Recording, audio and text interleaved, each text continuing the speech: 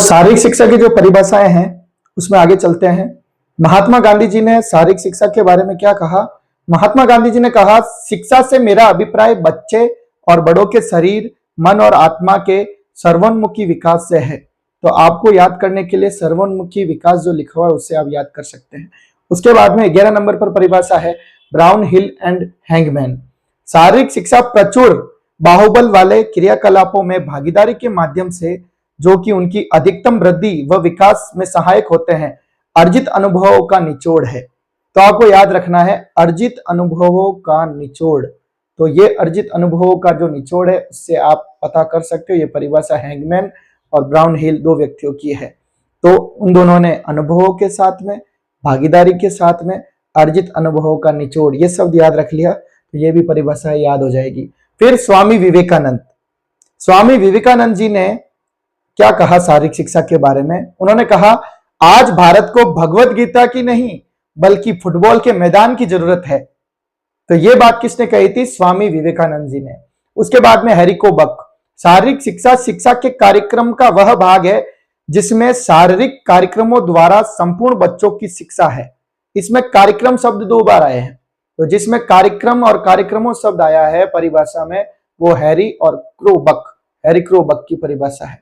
उसके बाद में जेपी थॉमस ने एक और चीज बोली है, वो बता देता हूं।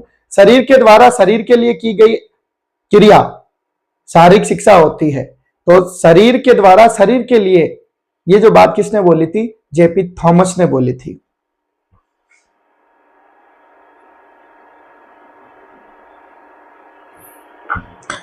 हाँ, तो परिभाषाओं के शारीरिक शिक्षा से संबंधित जो परिभाषा है उसमें चलते हैं आगे।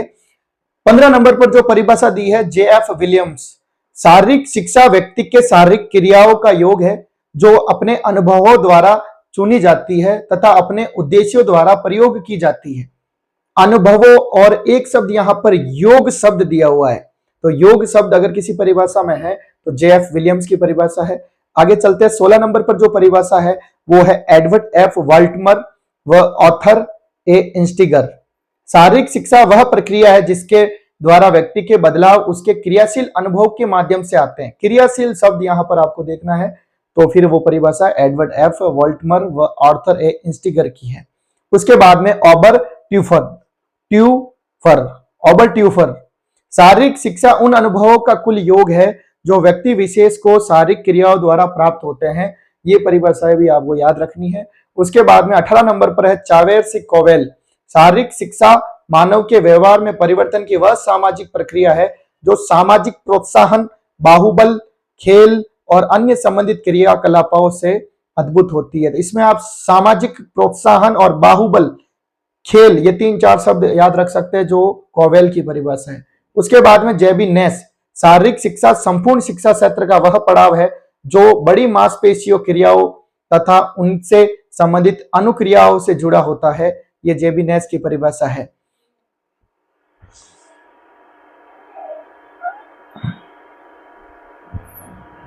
हाँ, तो शारीरिक शिक्षा से संबंधित परिभाषाओं में और किसने शारीरिक शिक्षा से संबंधित क्या क्या बातें बताई है उसके बाद में चलते हैं।